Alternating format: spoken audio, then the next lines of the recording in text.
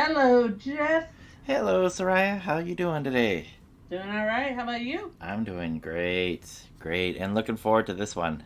Well, why don't we tell our listeners who's on our episode? Sure. So today we're talking with Eddie Kalwa, who is one of the early drummers of Rain Parade. We love getting different perspectives from different people that were involved in the Paisley Underground, and Eddie is no exception since he was around from the early days.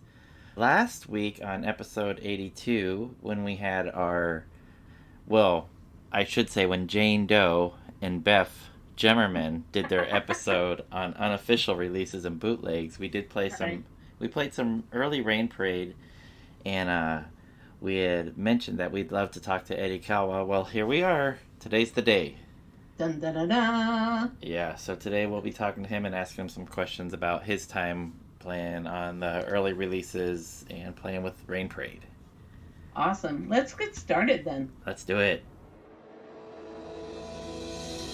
Hi, this is Soraya. And this is Jeff. Our podcast is called Paisley Stage Raspberry and Rhyme. A podcast where the two of us play music that we like and share anecdotes and background about the tunes. We hope you'll join our conversation. And without further ado, a grooviar. Let's get groovy. All right. Calling Eddie.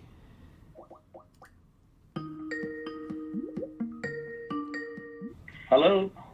Hello, Mr. Eddie Kalwa. This is Jeff and Soraya. How are you doing today? Hi, Soraya and Jeff. Good morning and good afternoon here. Yeah. So today on Paisley Stage Raspberry and Rhyme, we are speaking with early Rain Parade drummer Eddie Kalwa. Eddie recorded with the band on their debut album, Emergency Third Rail Power Trip, and the follow-up EP, Explosions in the Glass Palace. We're excited to find out more about the early days of Rain Parade. And currently, Eddie is living near Toronto and writing and recording with Alex Radiff and Donkey, which we'll be hearing later in the show. Eddie, welcome to Paisley Stage Raspberry and Rhyme. And can you please tell us how you got into music and into playing drums? Well, I got into music. It was kind of a fluke. When I went into the ninth grade, I had to pick an option and for school, high school, and my option was shop, typing, or something, and music. It was a extra course you had to pick. Uh-huh. And they gave me music, which was I didn't really want that. And then they asked me, you got music. What do you like? I go, well, I like drums. So they gave me drums, and it all started in the ninth grade.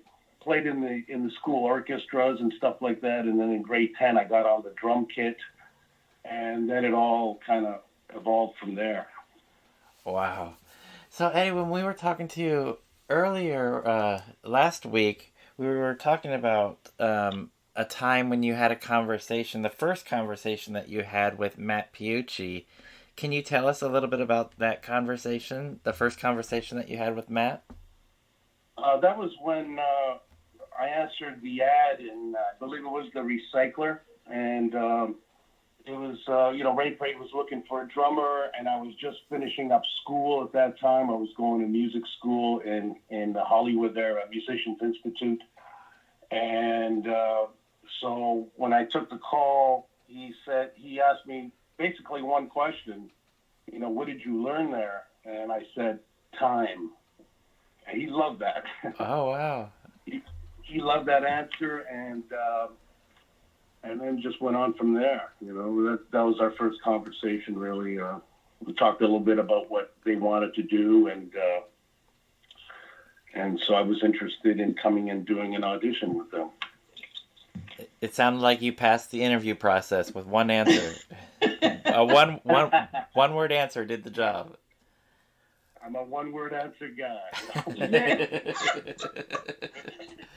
So, Eddie, you joined the band before the debut album was recorded, and at that time the band consisted of Matt Piucci, Stephen and David Roback, Will Glenn, and yourself.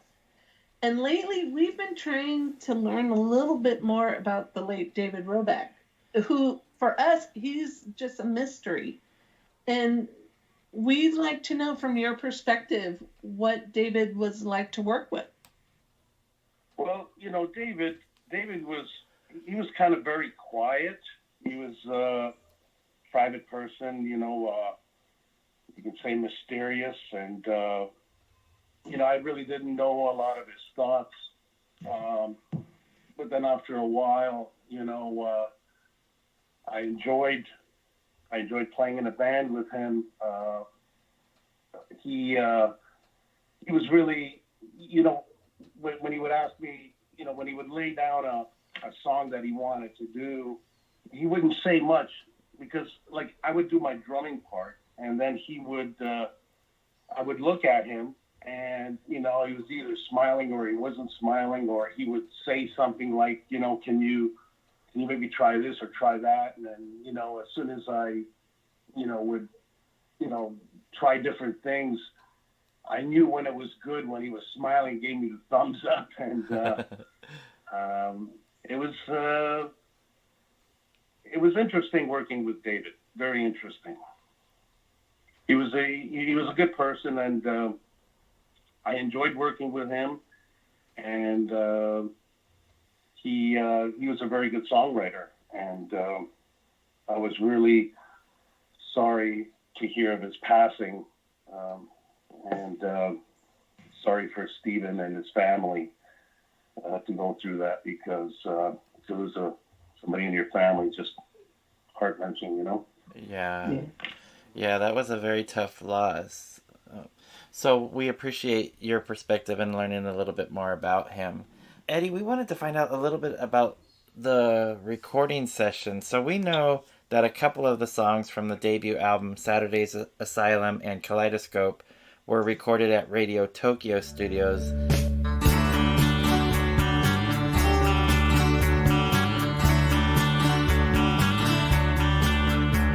He doesn't hear, he doesn't speak, he doesn't know the friends he keeps. Look out now, what's come from behind.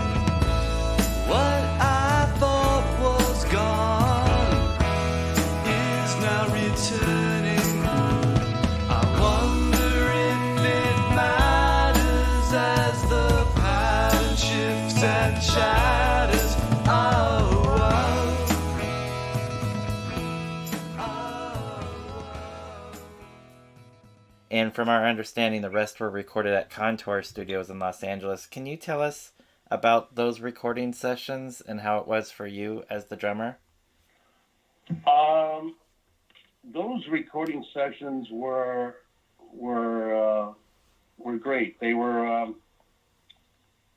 I remember a lot of things I don't remember, but I do remember Saturday's Asylum. I really loved. I really loved the opening of it. I'm glad they kept it with with all the cymbals and stuff like that, and it was a nice groove. I know more about I remember more about the recording of the second record, but they're pretty much the same in terms of preparing. We had pre-production going on, and it was really an amazing experience to record with Rain Parade, because what happened was that we would break it down into 4-bar parts and make sure each section was done right, and I like that, because the end product. I heard the whole album, the whole 15 songs this morning, And some of the parts kind of, took me back, and some parts really blew me away. Yeah, that album is so influential. I will have to tell you, Eddie, I've mentioned it on our show before. Your drum part for Kaleidoscope in particular was a huge influence on the drummer of my 80s band. In fact, he kind of copped your drum part for a song that we had and just twisted it up just a little bit to make it his own. But that's how influential your drumming was on us as young men trying to start up a band. He copped my part. Okay, I'll be waiting for the check. I know. If only we made money. Well, that's really nice to say. I appreciate that. I mean, there's so many other drum parts that kind of, with the help of David and Matt and Steve and Will. Damn, I miss Will too. There's some parts in 3/4 time. I mean, some parts sound jazzy. There's military stuff going on in there. It kind of really took me back today to hear all those songs and say, man, we did some good stuff back then, Yeah, it's really good, which is why we're still talking about this album so much later than it was recorded. I had one more a follow-up question, or a statement rather. You mentioned the passing of Will Glenn and David Roback. So from that version of the band, there's only 3 of you guys left. It's difficult to know, that a couple of these guys from this version of the band are no longer with us.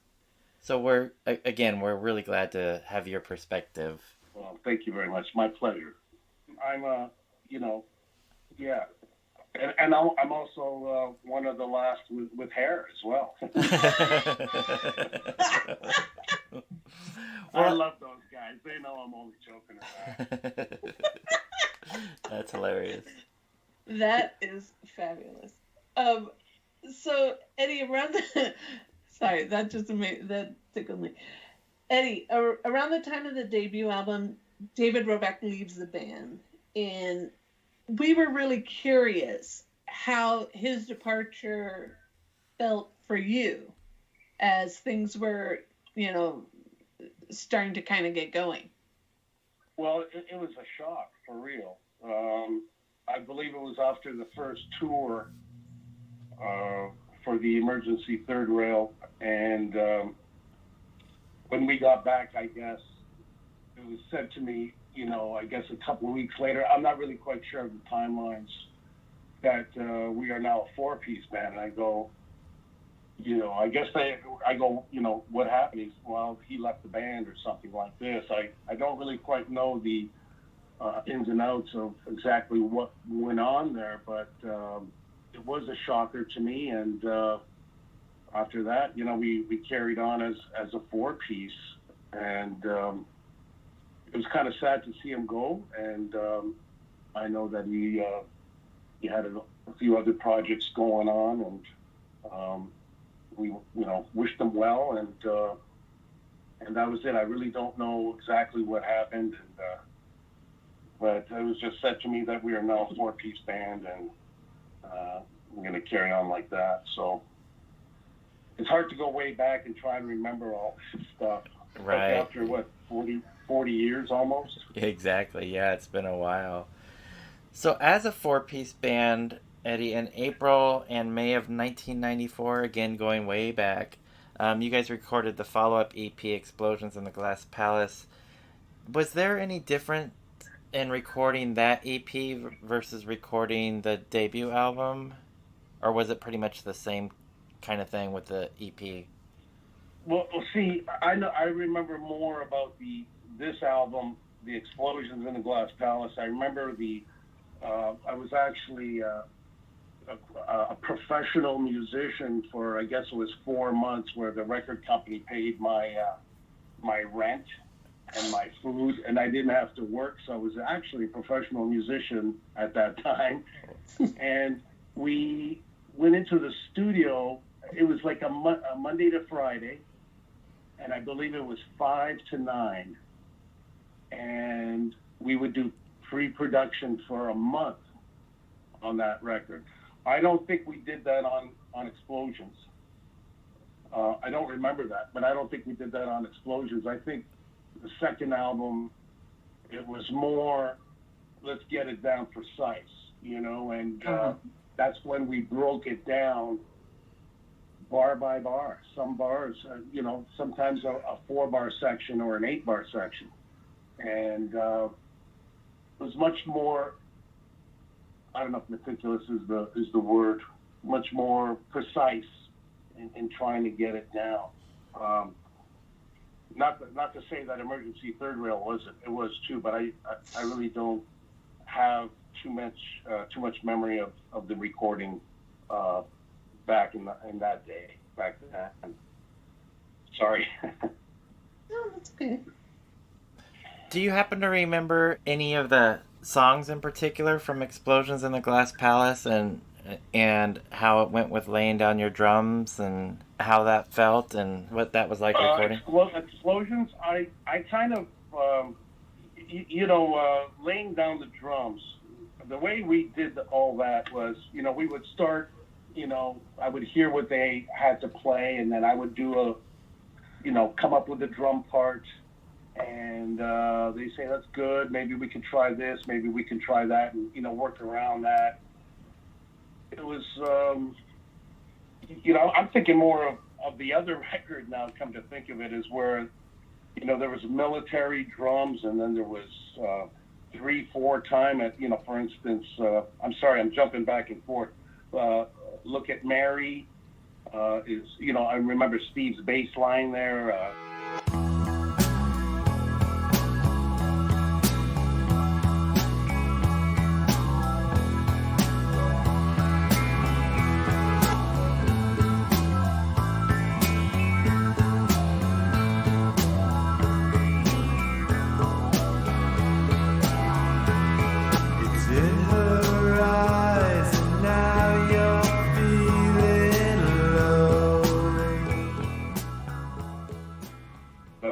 Phenomenal groove when we started that one. That was an interesting David Roback, and I guess Matt and Steve wrote that as well. There was a 3/4 time in there.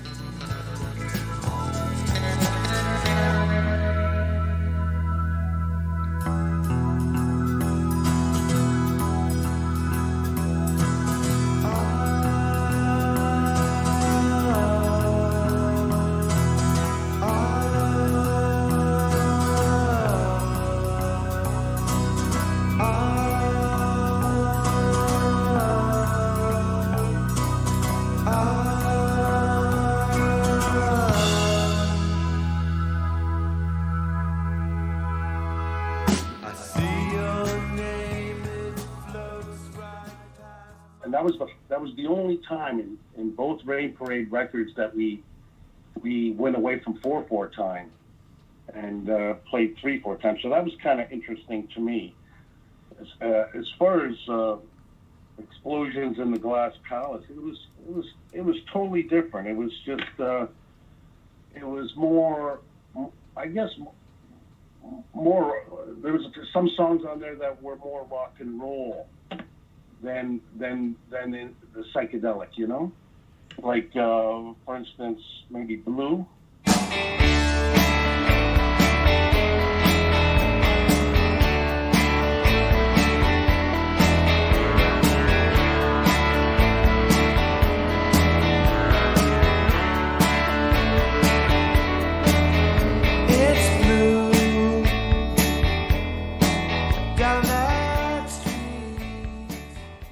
We have a question about your time in Rain Parade at a time when the scene in LA is we're seeing a lot of these Paisley Underground bands. That's the focus of our podcast, is we take a look at these Paisley Underground bands and that music scene at that time. And some of the stories that Jeff and I have heard from members of different bands is that were around at that time is about this sense of camaraderie and friendship.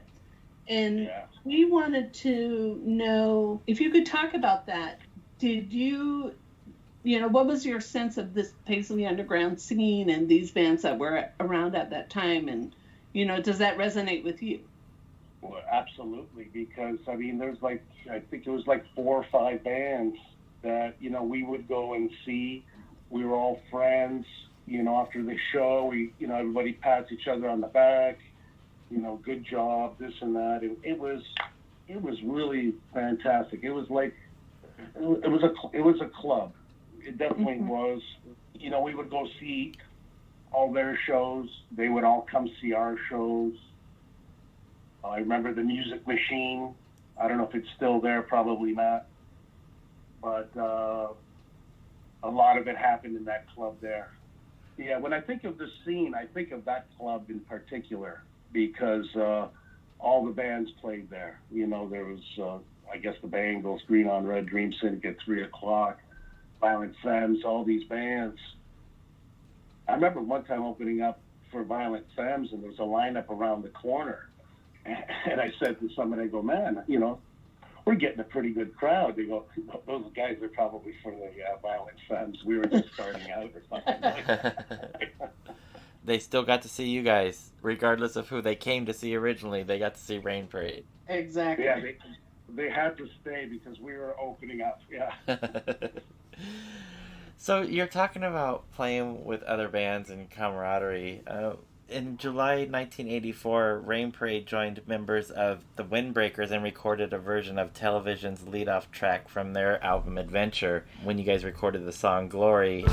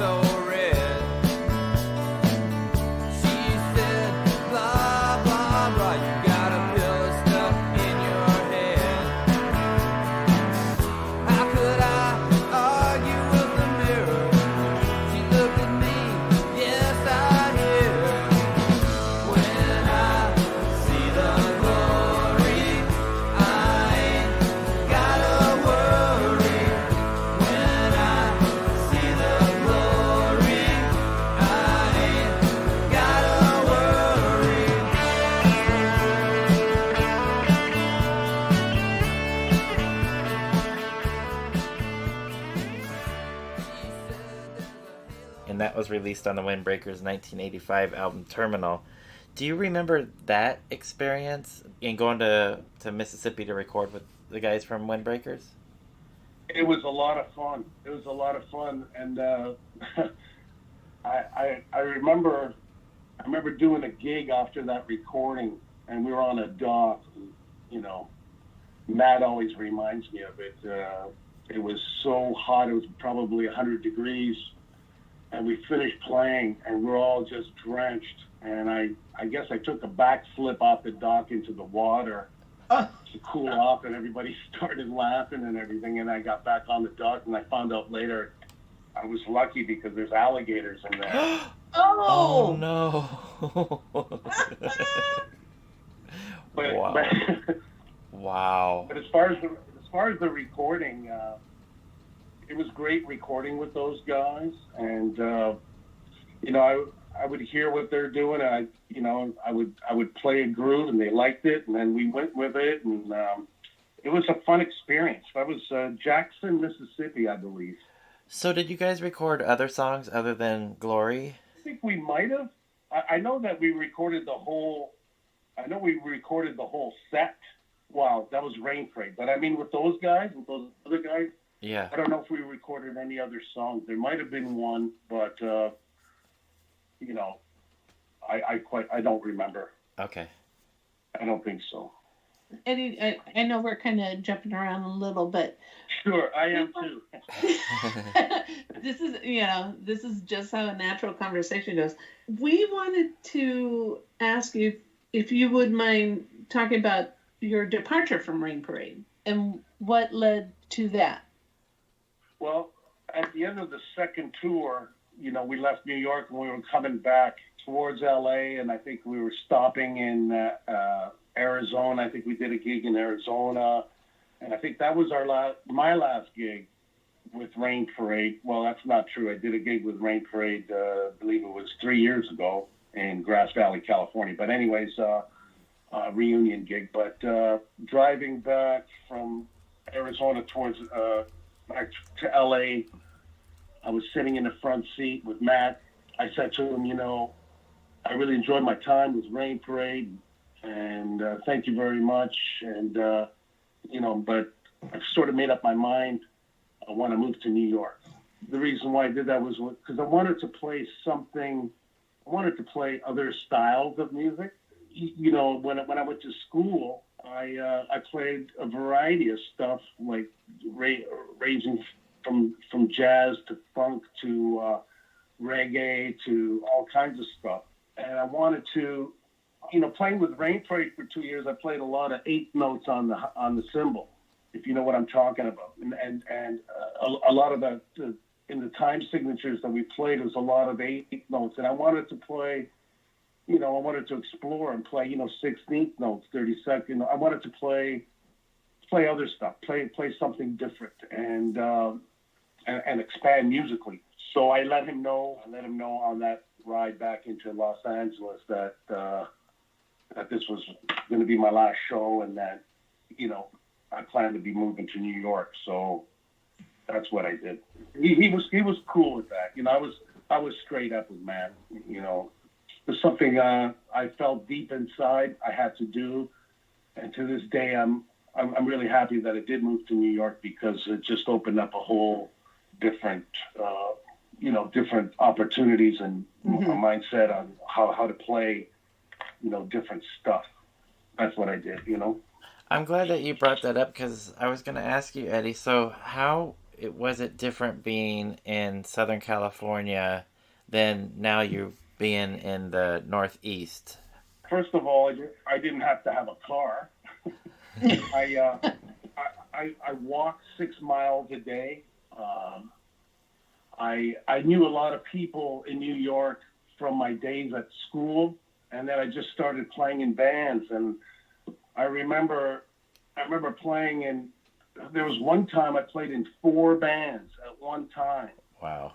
And I was playing so much I developed hemorrhoids. Oh my gosh. But it was a great time because I was so busy with music. There was 1 week I had 7 rehearsals in 5 days. Wow. Oof. And being a young dude, I had the energy to do that. And I just kept going and going, and it was a lot of fun. And I remember one band we played in was the Daybreakers. That was one of the best bands I played in. And actually, Susanna Hoffs came and saw us play one night at the Fives, I believe it was, and her cousin was in that band. I forget his name now, but so I remember after the show, we all sat down at a table, and there she is. And I said hello, gave her a hug, and it was New York was a very, very interesting experience, just like LA, but it was 2 different worlds, 2 totally different worlds, and I am really happy to have experienced both those worlds, and I'm happy now to be chilling up in north of Toronto right now. Well, that leads us to a perfect segue. So thank you for that. We want to ask you about your latest project. Lately, you've been recording with Alex Radiff and Donkey. Can you talk to us a little bit about how you got hooked up with Alex and started recording together? Well, I played for many, many years with a band called the Jack Family. And through those guys, I met this guy, Alex. And then, we jammed one time with Alex. And then Alex and I became friends. And then Alex always asked me to come up to his place and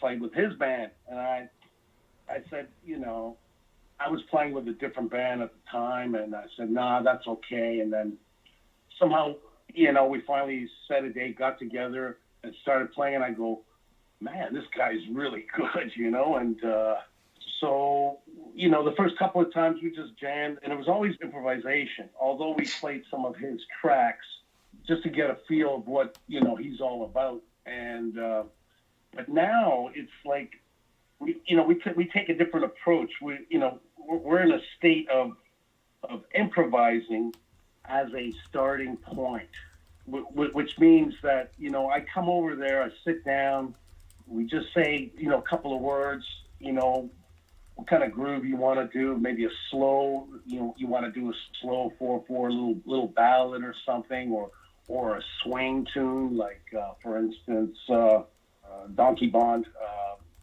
We just look at each other and we just play guitar and drums, and we think in terms of form. We think in terms of 8 bars, 16 bars, 32 bars.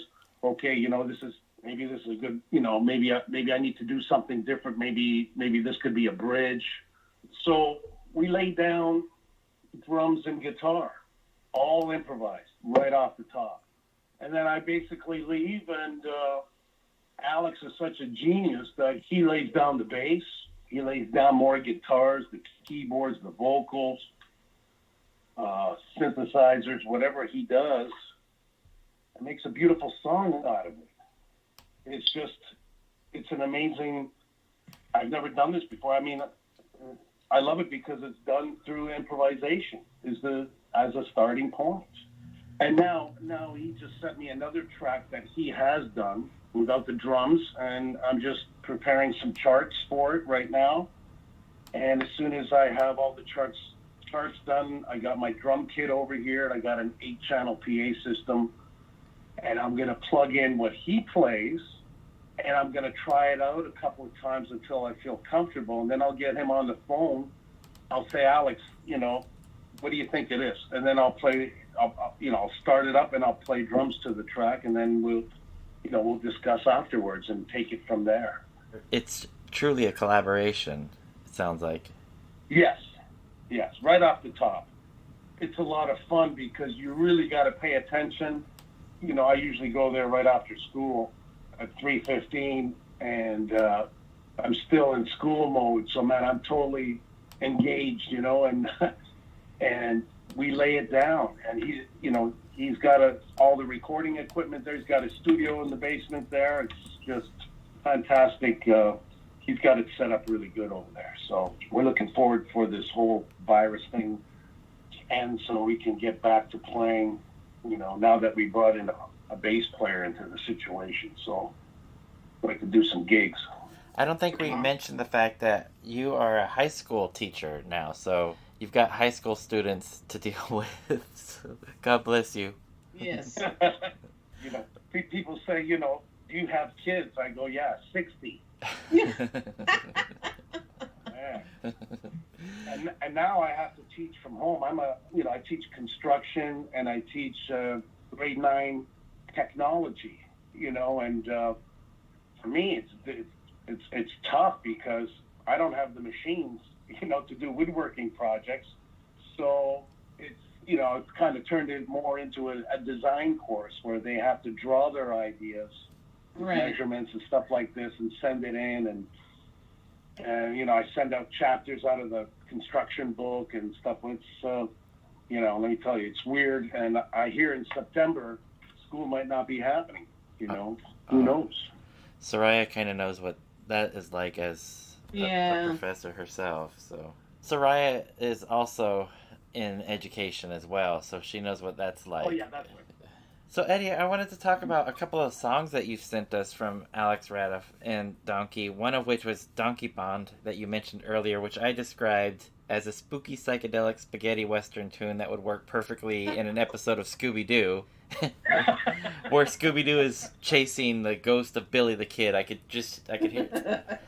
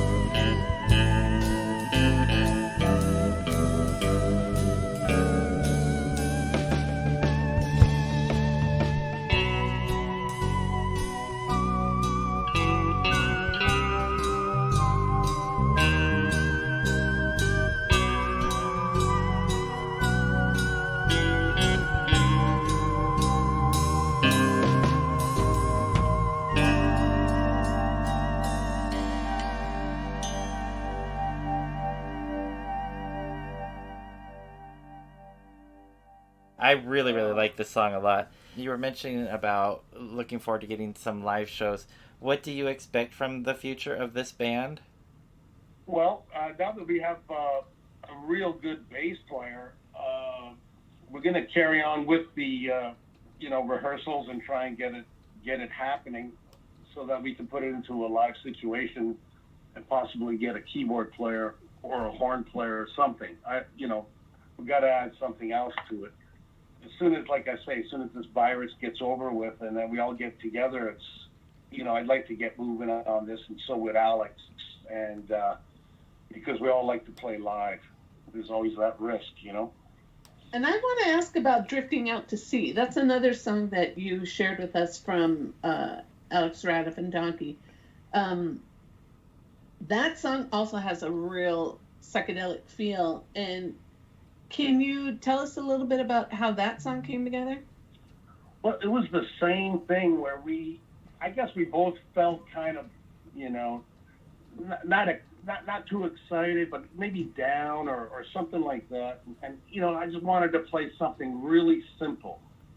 And it all starts with really, really simple stuff. So I basically said, why don't we do something, a slow 4/4, straight ahead groove. So we just counted it in and did it. And he added all that psychedelia to it. When I heard the final version, I said, oh my God, man, this is psychedelic. It really is. And that's why I sent it to you guys, because I was like, wow, let's go play in California, because it's big over there. I don't see it too big, in Toronto, but, and I asked him yesterday about what it meant, I don't know, I don't quite know the words, all of them, but, it's about a guy who loses everything and he's drifting out to sea, but he feels good. He feels good about himself. And he told me, it's really weird because he wrote that song and then 2 weeks later he saw the movie Castaways. And it kind of is like that, a guy drifting on a wooden raft in the sea.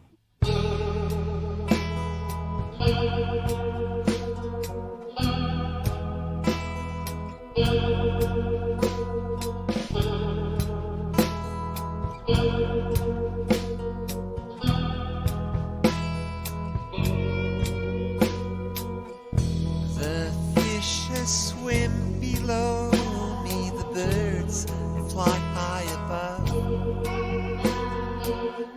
Don't know how I came to be here, swept away by love.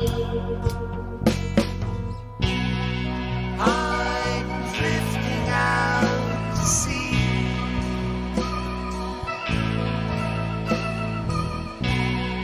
I'm drifting out to sea.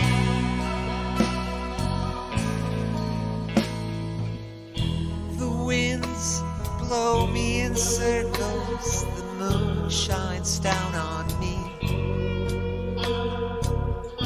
The maps for all my travels have been taken away from me. I'm drifting out to sea.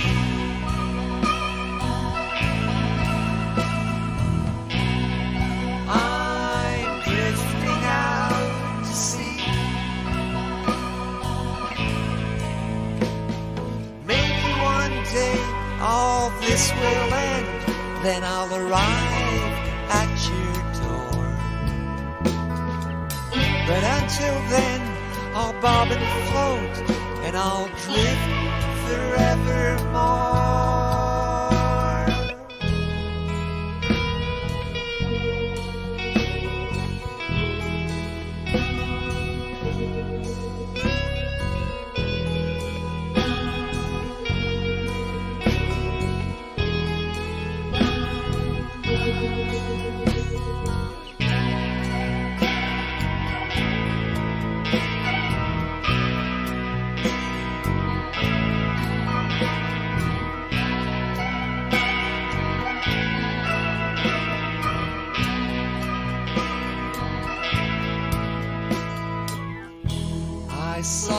sliver of land, people waving on the shore. Tried to speak, but I lost my voice, drowned out by the ocean's roar. I'm drifting out to sea,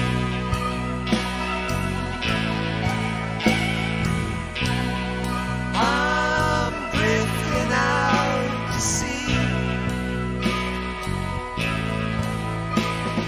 Maybe one day all this will change and I'll arrive at your door. But until then, I'll bob and float, I'll drift forevermore.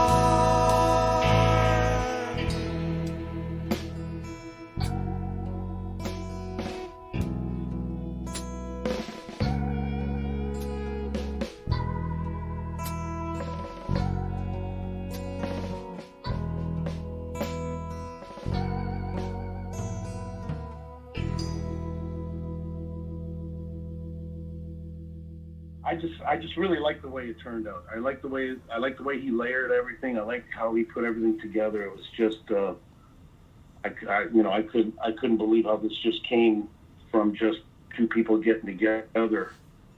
And the good thing about it was we both think of form. You know, a lot of times when you're playing, improvising or playing, you can usually feel when the end of an 8-bar or 16-bar section is coming.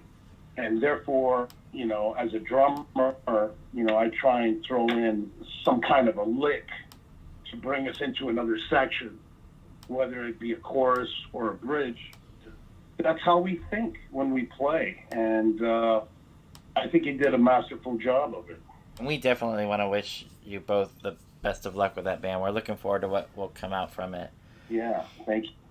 One more question that I had, and it's jumping back a little bit, and you had mentioned a little bit about the reunion gig that you guys did in Grass Valley with Rain Parade. I think that took place around 2018, somewhere around then. Can you tell us about how that was for you?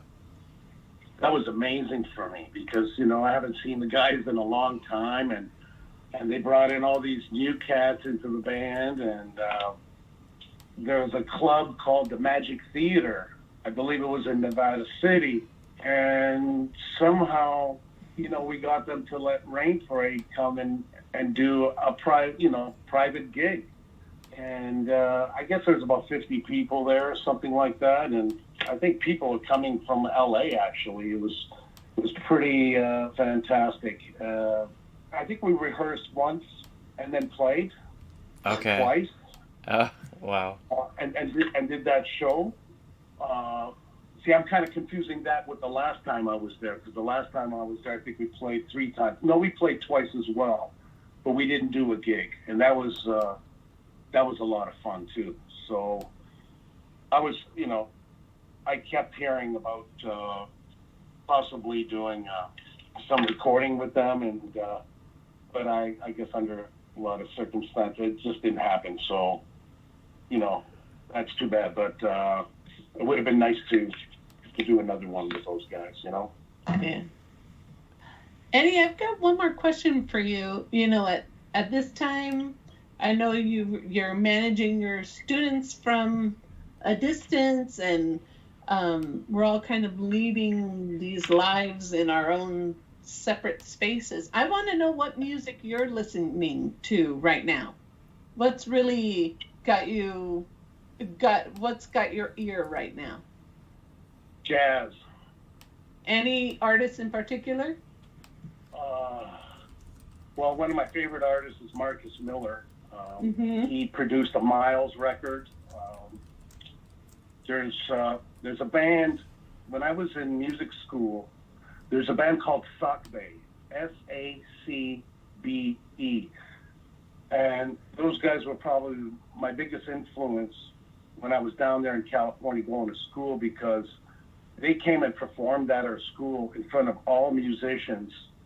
And they're like a Latin kind of a jazz thing that they were doing. Just amazing players, like the best players I've ever seen. They got 3 standing ovations at our school, and it's all musicians. And ever since that day, I went and seen every gig they did in LA.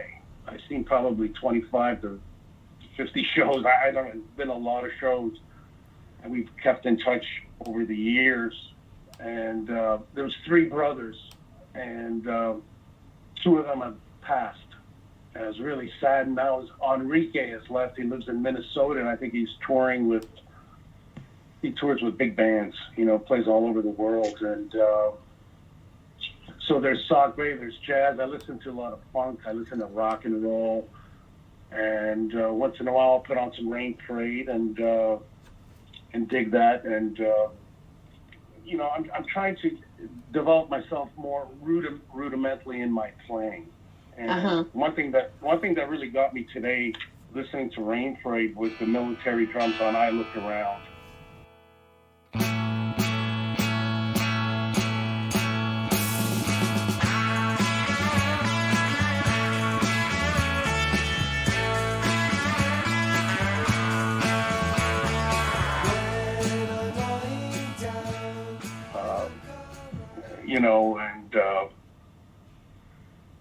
Like that was a lot of snare drum work. And I think when I went to school in Hollywood, their music school, we did a lot of rudiments, and that helped me with that song, I Look Around.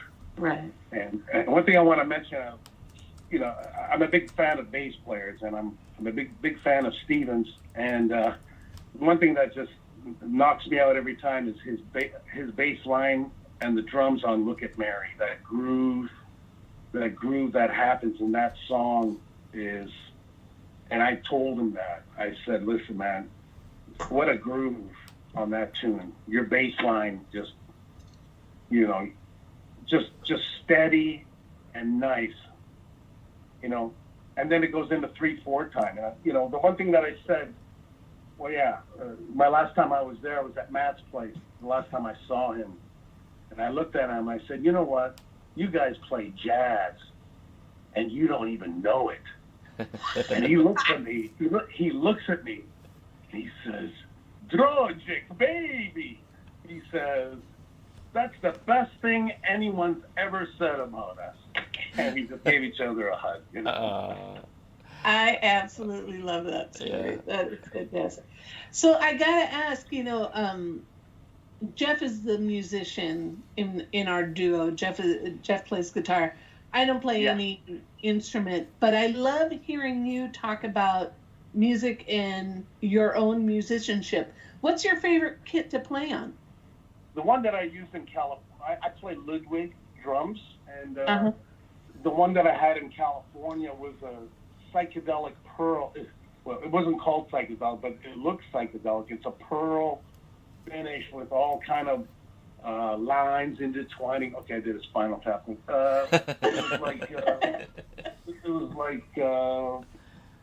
looked like a psychedelic kit. And to be honest with you, I don't know if you've ever heard of Jeff Healey. No, I'll be honest. Jeff Healey's a blind musician who is very famous in a lot of parts of the world. And he's a blues guy, and he did While My Guitar Gently Weeps video, and I get a call from the drum shop saying, Eddie, Jeff Healey wants to rent your drum set for the psychedelic part in While My Guitar Gently Weeps. If you Google Jeff Healey While My Guitar Gently Weeps on YouTube, there's a part in the video where there's a part like today, and then there's a part like yesterday. And yesterday, that's my drum set there. Oh. So then other bands would be calling me for my drum kit, and I'm thinking, holy smokes, man, I'm an agent for my drum sets. That's funny. But now I play stainless steel Ludwig drums. It's just a 5-piece kit. And I have it set up here. I have the other ones, the psychedelic ones, at the school at the time because I wanted to start an after-school band, which is a tough thing to do because kids don't like showing up for some reason. I don't know. But yeah, are you interested in the drums, Soraya? Look, I like to say, ever since I was a little girl, always loved percussion and drums. Nice. But I have zero timing, so I'm more of a fan, and I love to watch people who play the drums, people who play like I like a lot of Latin music, so I like congas and bongo and all that. I love watching it, and my brain and my hands have not figured out how to join together and make that happen. But I like listening to musicians who talk about their art and the things that they use to produce their art. So it's awesome. Well, you know what? Keep practicing, and you never know. You might be playing in Jeff's band. Yes. I doubt that. I think I have me and my imaginary band will probably go on tour.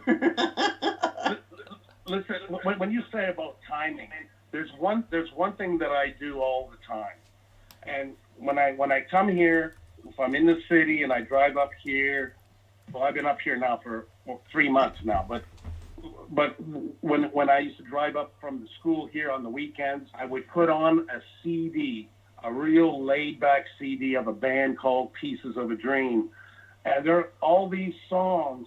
They're slow songs. They're nice and easy songs, and all I would do is jam with this whole album, and that helps me with the time because instead of using a metronome, they all the time, I put on put this on, and I just play to it, close my eyes, and pretend I'm in the band, and try not to step on anybody. So if you're ever interested in learning, and you say your timing's all out, put on something you really like, pick up something and play along to it, and just try and stay on the beat. That's all. And it's more fun that way instead of using a metronome. You make it sound so easy. Hey. You make it so easy. And we got drum lessons from Eddie Kalwa. So how about that, Soraya? I'm sorry that now I need to figure it out. Now I need to figure it out. I'm sure you will. And the one thing to remember is like the beat. I just want to talk about this for 1 second. It's like when the drummer plays, you could play real simple, but it's how you hit the drums. It's how you get the sound off of the drum. And also it's where you place the beat. Like for instance, in a faster like jazz piece or something like this, instead of those guys playing on the beat, they're playing a little bit ahead of the beat, like pushing it. Uh-huh.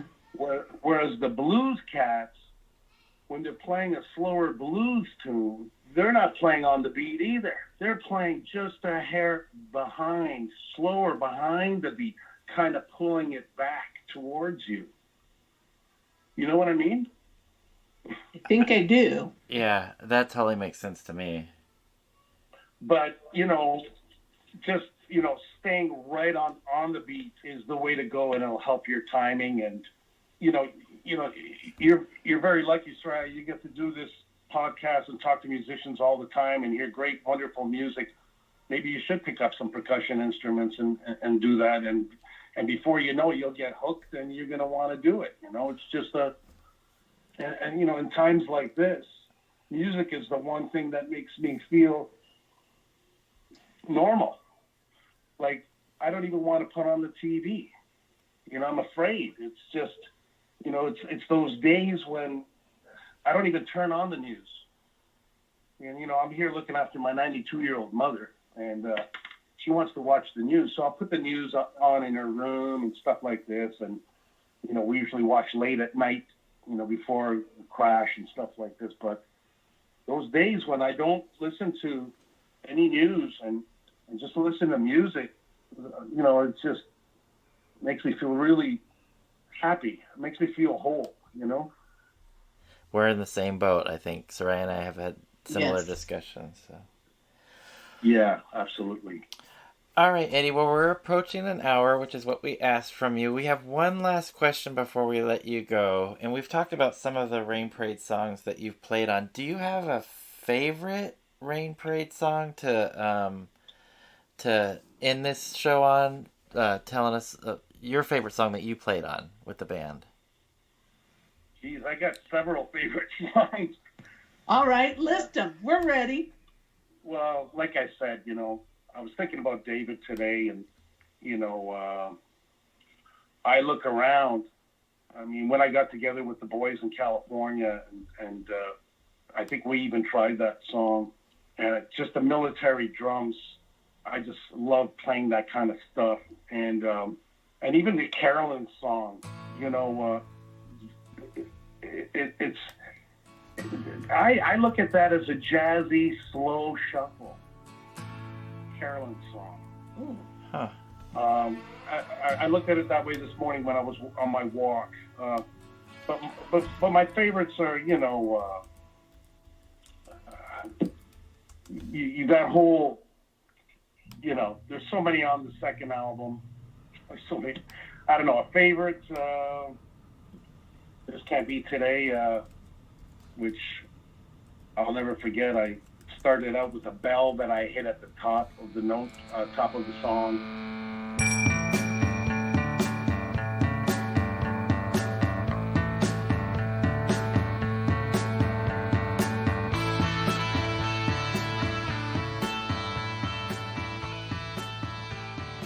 It was bells that my brother brought back from Bangkok, and we used it on the recording. I thought it was just, and I was doing a drum beat with no cymbals, and that's one of my favorites because I had to think about what to use, the floor tom, this tom, that tom, just to get that beat happening.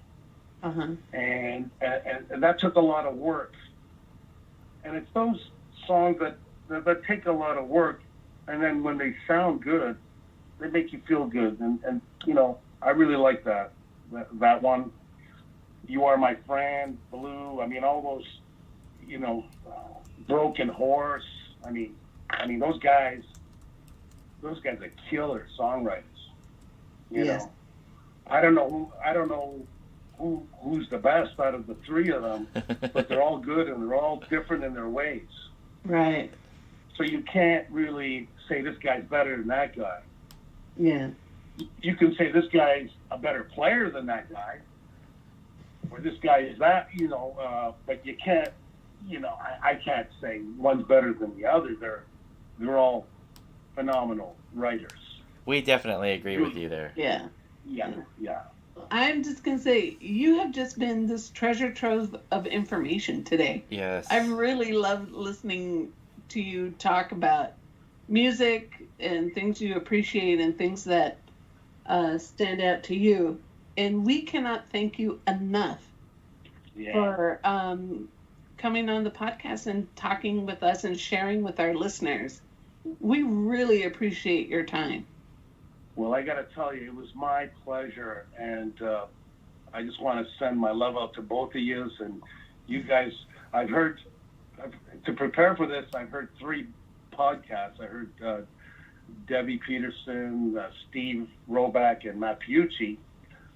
And I said, man, these guys are all good talkers, you know. I mean, like in Spinal Tap, it'd be like the university material, you know. And I'm high school material, but I did go to university before I went to teachers college. But back then I was high school, and they were university guys, and you know, I had to carry around my dictionary. Yes. You're amazing. You're amazing. Thank you so much for your time today. We really appreciate it. Yes, Eddie. Thank you so much. Listen, all the best to you and your families, and thank you again for this. I really enjoyed it. I was still a little nervous, but I've never done this sort of thing. But thanks again. All the best. be safe. All the best to your families, and God bless. Thank you so Same much, to Eddie. you. Same to you. Be well. Stay safe. Keep playing music. Yes. Thanks. And you start playing, okay? Okay. Now I have homework.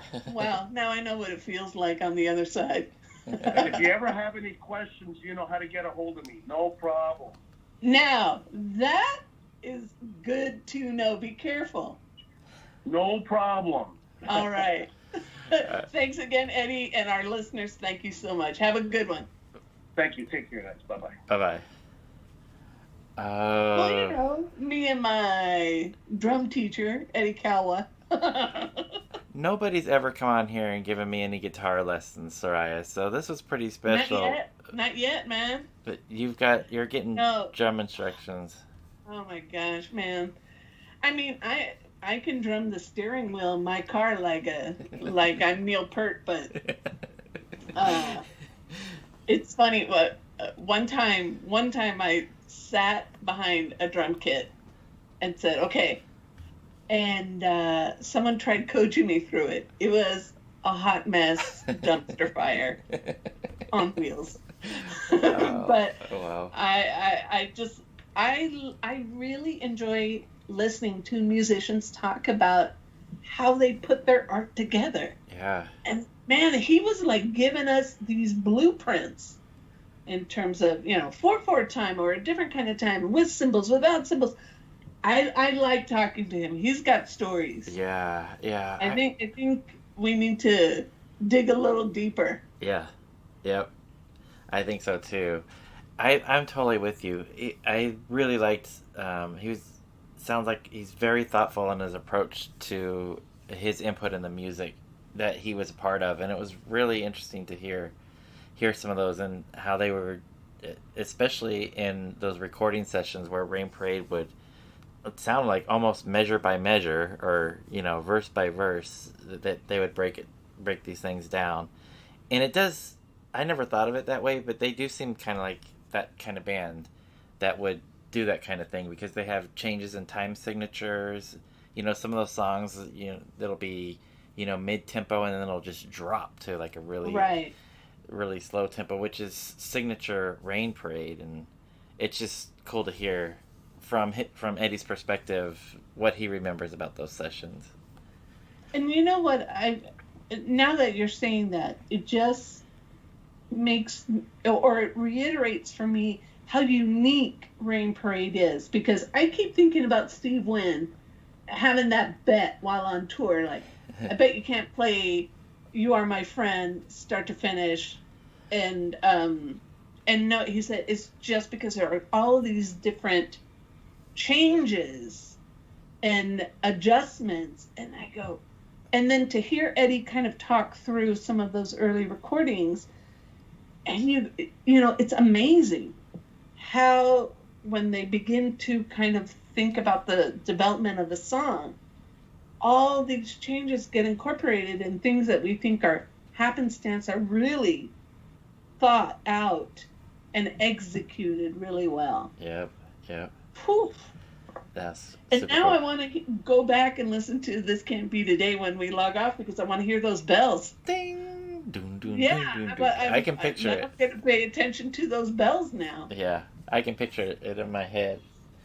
And then a little bit more we learn about David Roback, right? So another perspective on this mystery where we're slowly peeling away little tiny pages into who this man was. Yeah, I mean, we keep getting, little glimpses inside. And different perspectives. Yeah, totally. So, Jeff, I'm glad we brought Eddie on, and we'll share links to his current project with Alex Radiff and Donkey. Yes. But and you can hear things that he's been up to. But I mean, what a cool guy! And I love that story about opening for Violent Femmes and going, "Hey, We've got quite a following here. Dude, I think they're all here for Vitamin Fest. That was awesome. You've got such a fun sense of humor. I love that. Me but too. I wish, Jeff, we would have been at that 50-person show at the Magic Theater in Nevada City. Yes. 50 people. Yeah. And one big, beautiful jam session. Hell yes. Yep. Coronavirus, go away. I know. want a live show. I want to go see Rain Parade. Yes, me too. All right. For now, we'll just have to talk to them. If we must. Right. But yeah, I just love hearing that. And this was a fun talk today. Oh, so good. Jeff, I don't want to end this, but let's just say, gente a groovear. Groove on, Paisley people.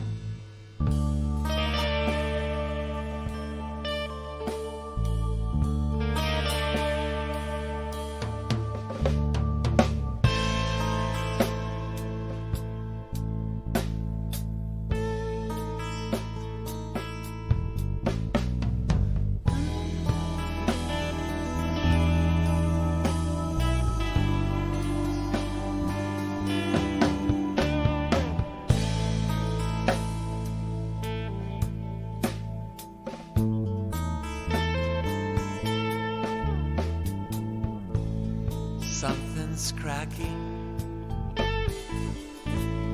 something's creaking from a branch of the tree. Yes, it's me.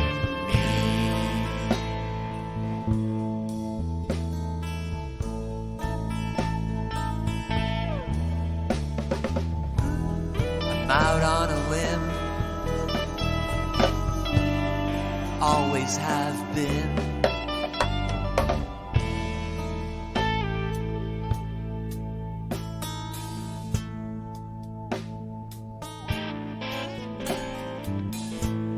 I'm always falling, but I never fall. I thought I knew you, but I don't know you at all.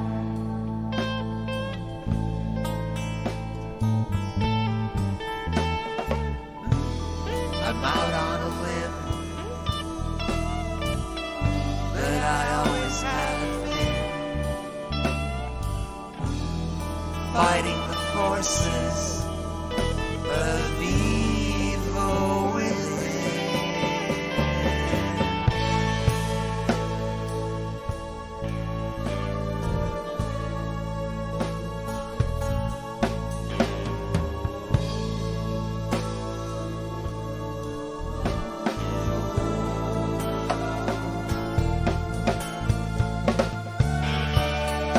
In the pitch black night,